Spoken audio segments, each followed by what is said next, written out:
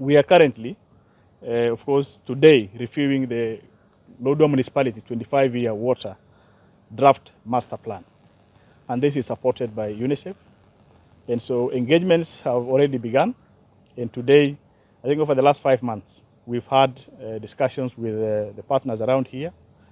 And of course, today, the draft is being presented to the stakeholders, the WASH stakeholders or WASH family in Turkana County for their input and of course, so that we refine the draft before now we can be able to validate the final document.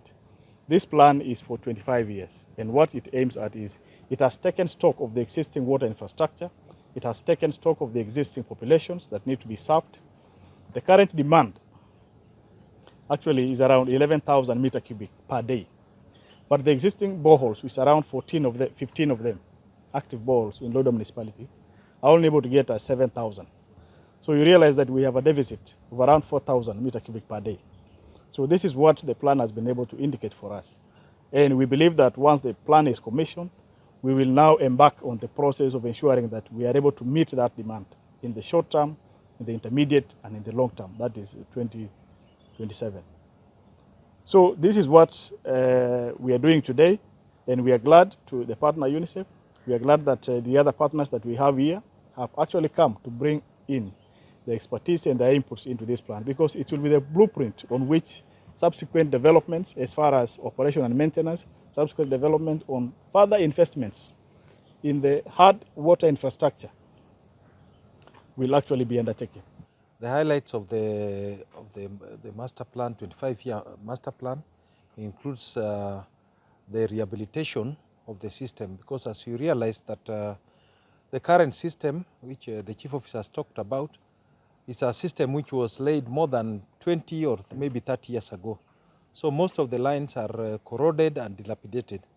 So there's a plan to spend almost about 370 million there to rehabilitate those lines. So that will include changing some of the rising mains which people have perforated. And currently what you may realize that some of the areas which could be having water cannot have water because people have tapped from the rising mains, and they have changed those rising main into supply lines. So the idea will be to introduce new rising mains in all the major boreholes, and from there we can use the old rising mains will be like service line, return lines. The other thing will be to construct or rehabilitate the tanks, the storage tanks, and there are some storage tanks which are also not utilized, like the one near Lodwar Primary. So that is in that phase they'll be trying an attempt to connect those tanks with water and also to rehabilitate them. In the other phase there'll be introduction of new lines and drilling of boreholes, which will involve drilling of at least 5 boreholes which can produce at least over 100 cubic meters per hour.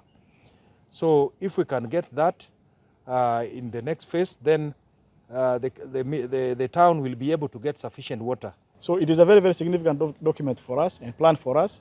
And now that this is a municipality, even as we transition into the next government, it will be critical that this plan is in place so that it guides further developments, so that all residents of this town have access to potable and clean water.